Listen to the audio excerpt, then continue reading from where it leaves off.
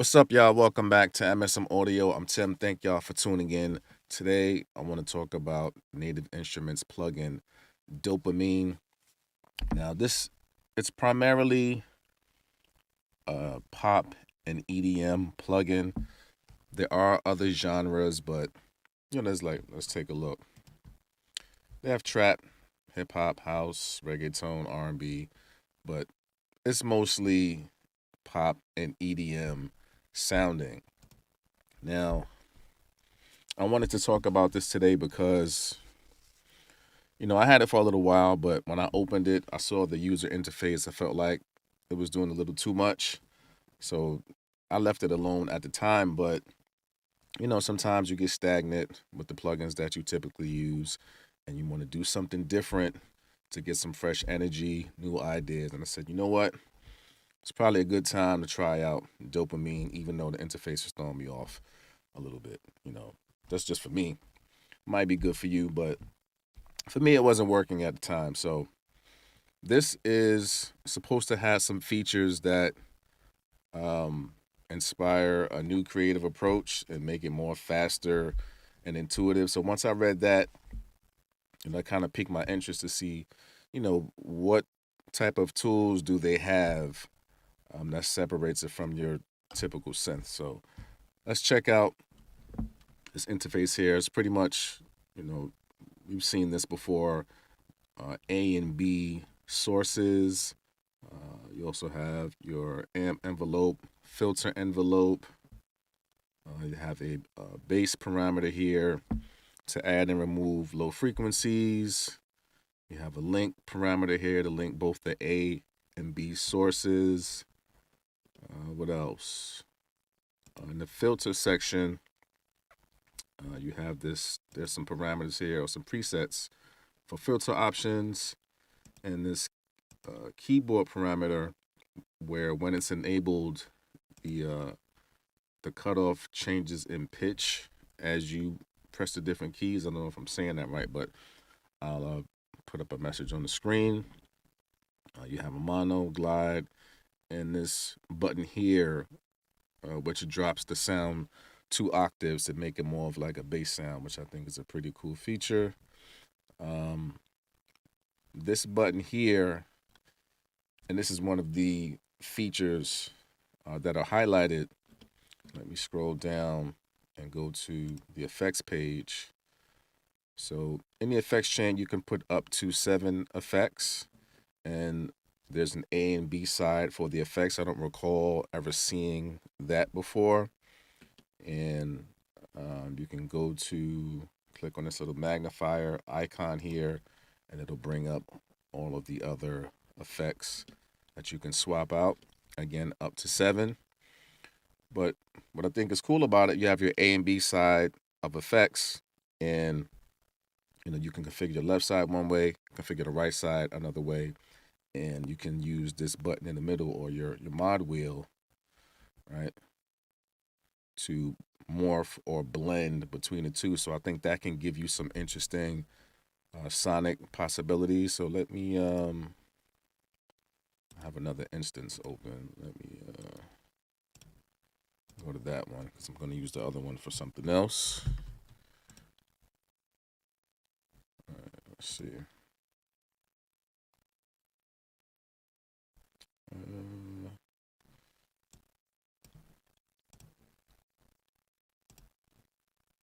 Let's check out this. Let's go back to the effects section. Let's choose flare.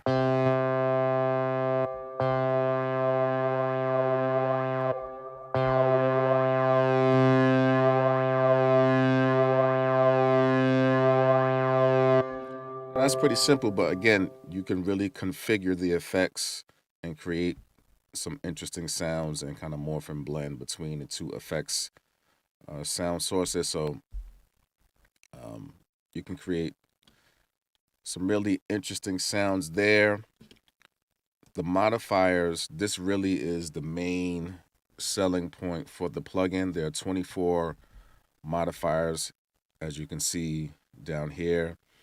They each have their own sequences tied to them. There's a lot of different presets here for the different modifier configurations, or you can just adjust them yourself. So this is on right now. Let's just choose one. This is New Beginnings.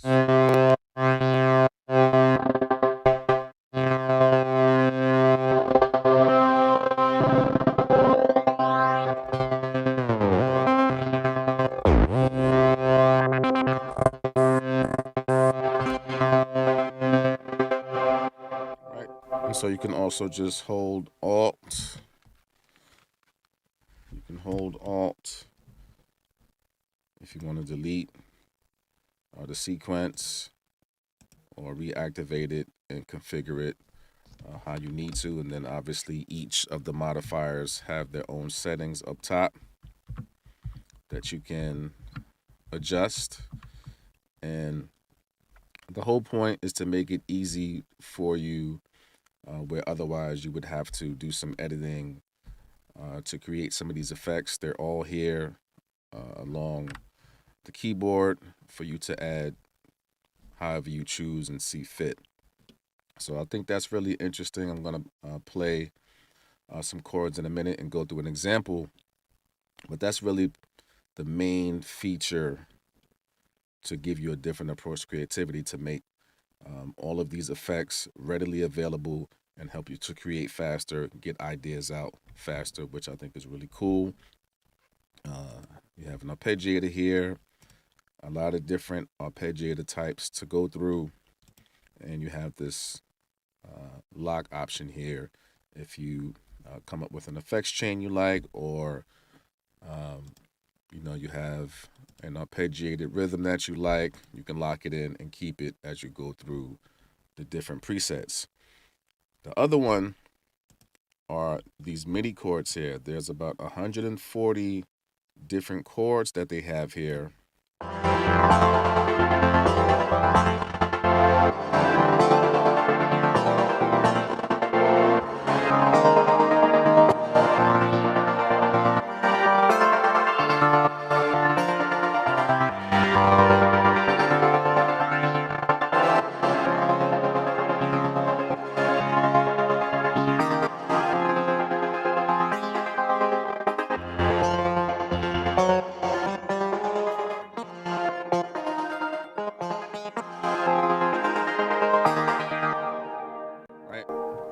And of course you can change the key, major or minor.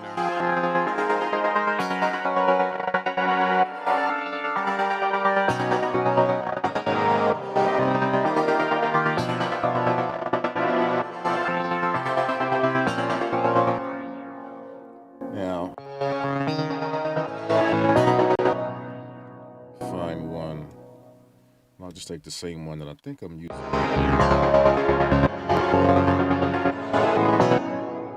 Is that on F2, I believe? So let's just say if I like this one, for instance, I can take it and drag it. Let me get this out of here. All right. I can take it and drag it into my DAW. And, from there, you can keep the chord as is. You can adjust it yourself if you want to, but I'm going to come back to that because there's some other things that you can do there also. So you have your effects options, sound source A and B that you can mix and blend. You have also do like this button here that drops down the sound sources 2 octaves to make it more like a bass sound. You know what? Let's go through some of those and see what we can find.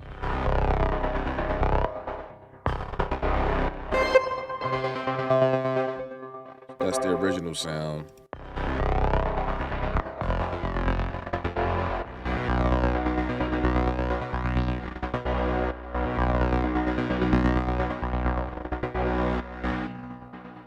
Let's try some other ones. So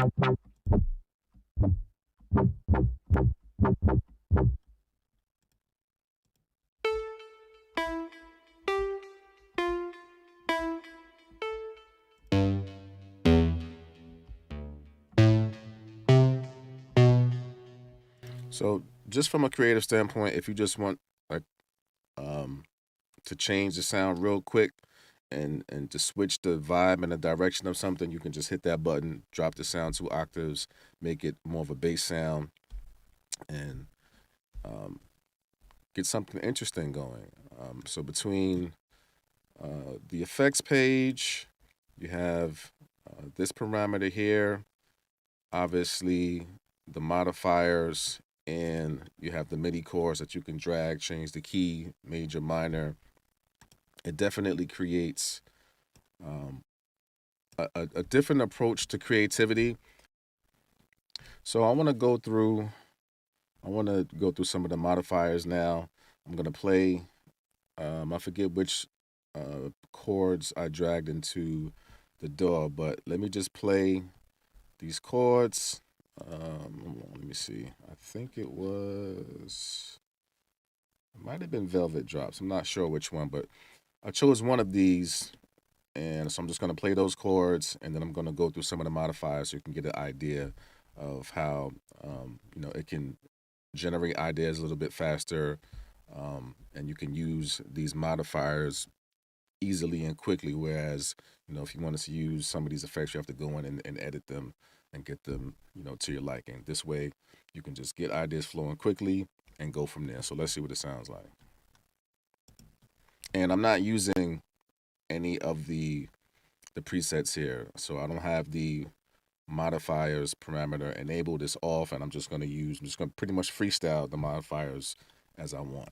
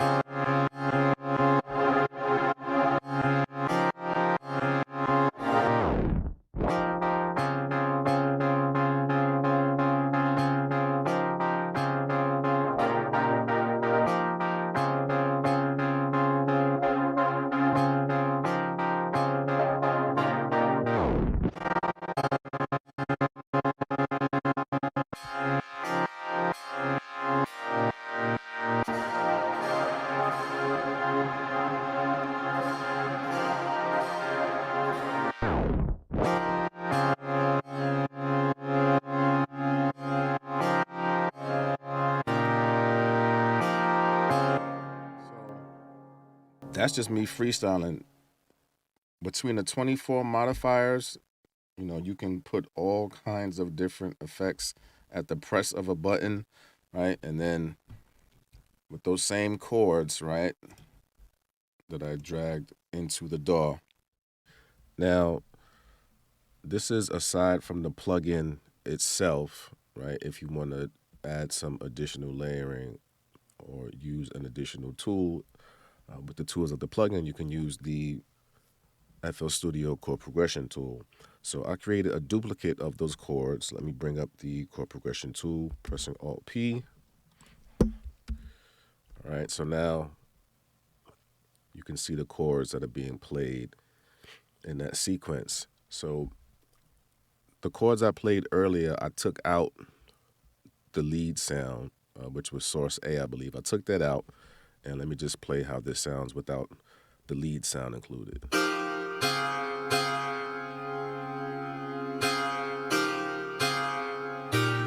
So just to give an idea, let's say if I had those chords playing as you heard them earlier, and I wanted to change up a portion of the song, I could take out that lead portion, duplicate the sound as I have it now, but then take out the main part of the chords. Just leave the bass line, and then I can go to performance, go to bass line, hit the generate button, and it'll give me a bass line playing along that same chord structure. So let's just play it and see how it sounds.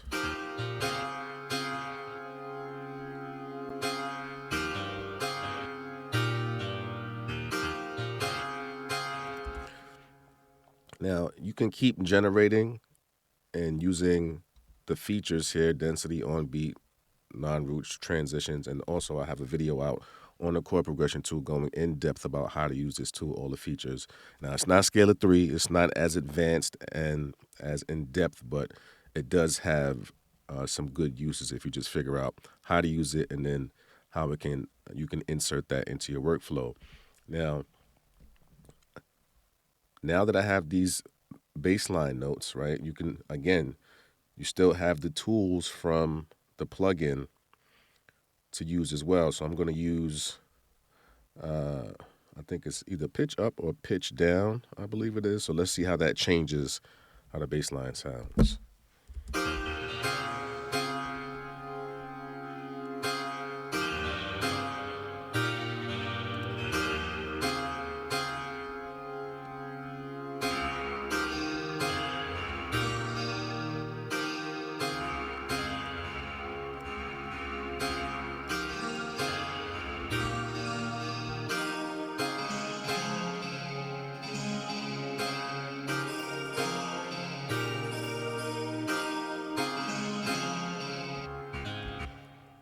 Right, so you can use the chord progression tool to come up with, if you want to add like a bass line using the same chord sound, or if you want to do it with a different sound, you can also add an arp as well. So the chord progression tool can give you some, additional ways to work on your track.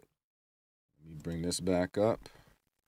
So again, from the effects page,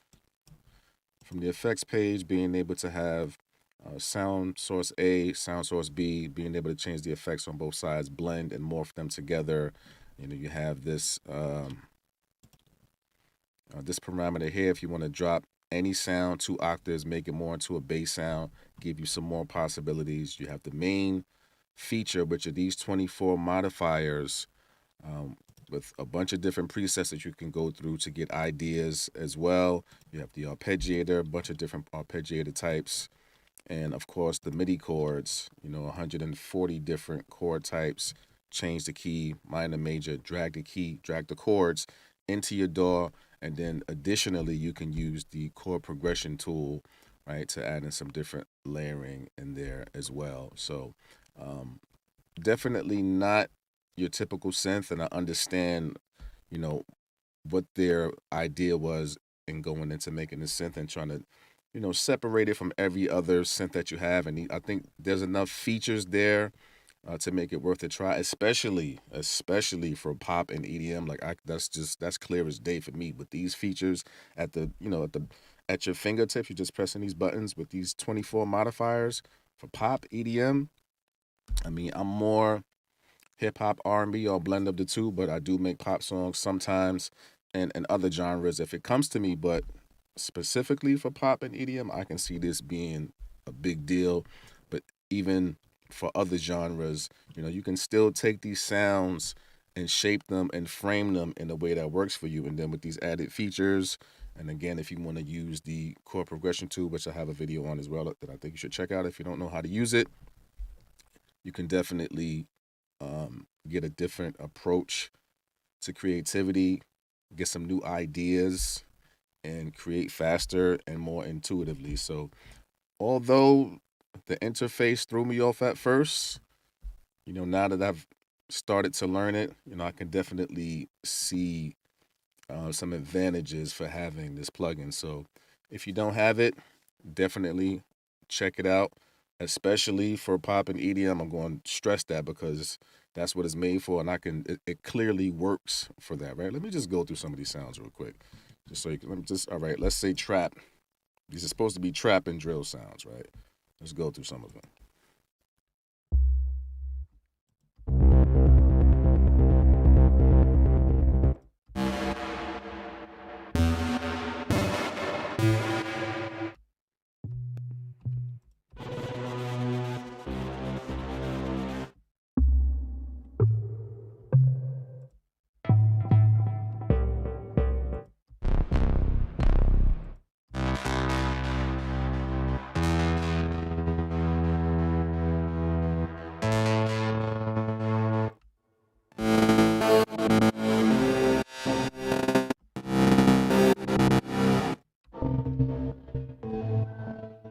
then also, like I was saying, this says trap and drill, but I still get pop and EDM feel. But again, you can still come down, turn off the modifiers, right?